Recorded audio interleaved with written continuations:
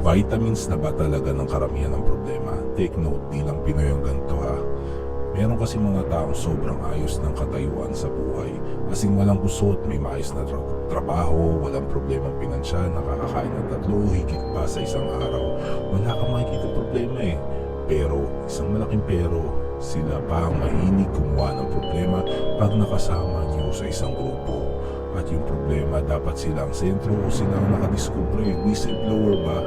At importante na sila ang magdidikta ng naratibo, yung tipong magbibigay ka ng solusyon pero ayaw nilang tanggapin. Kung di man katang-isip ang problema ay madalas maliit na bagay ay ayaw pang patahimikin, yung tipong common sense lang ang solusyon pero kailangan pang palakihin para lang may problemahin, di ba? May kakilala ba kayong ganito?